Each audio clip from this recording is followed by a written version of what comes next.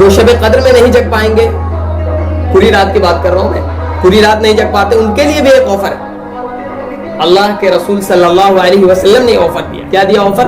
مسلم کی حدیث ہے، سیدنا عثمان رضی اللہ عنہ فرماتے ہیں کہ اللہ کے رسول صلی اللہ علیہ وسلم نے کہا کہ جس شخص نے عشاء کی نماز جماعت کے ساتھ پڑھ لی، گویا کہ اس نے آدھی رات قیام اللیل کیا۔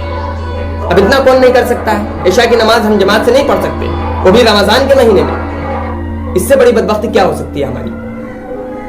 اور آگے فرمایا کہ اور جو شخص فجر کی نماز بھی جماعت سے پڑھ لے گا، گویا کہ اس نے پوری رات قیام اللیل کیا۔ تو عشاء اور فجر کی نماز ہم نہیں پڑھ سکتے۔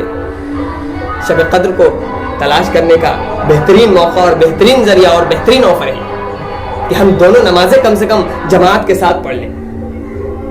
اسی طریقے سے ایک اور ترمذی کی حدیث ہے، حضرت ابو ذر غفاری رضی اللہ عنہ فرماتے ہیں کہ اللہ کے رسول صلی اللہ علیہ وسلم نے فرمایا کہ جو شخص امام کے ساتھ قیام اللیل کر لے، یہاں تک کہ امام سلام پھیر دے، تو گویا کہ اس نے پوری رات قیام اللیل کیا۔ پوری رات قیام اللیل کرنے کا ثواب ملے۔ تراویح نہیں پڑھ سکتے ہم امام کے ساتھ، امام جب سلام پھیرے ہم بھی سلام پھیر دیں، مطلب ایک رکعت بھی نہ چھوٹے ہماری، تو اس کو جو ہے کیا ملے گا؟ پوری رات قیام اللیل کرنے کا ثواب ملے گا۔ تو اس سے بڑا آفر کیا ہو سکتا ہے؟ دین بہت آسان ہے، لیکن ہم نے اسے مشکل بنا دیا ہے، بہت ہی مشکل بنا دیا ہے۔ آفر بہت سارے ہیں ہمارے پاس، لیکن ہم اس کو ایکسیپٹ نہیں کر پاتے۔ اس کی ایک وجہ یہ تو ہے ہمیں معلوم نہیں ہوتا، لیکن جب معلوم ہو جاتا ہے پھر بھی ہم عمل نہیں کرتے۔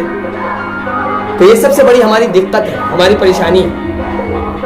تو ہمیں چاہیے کہ ہم آفر کو ایکسیپٹ کریں، آفر کو ایکسیپٹ کریں۔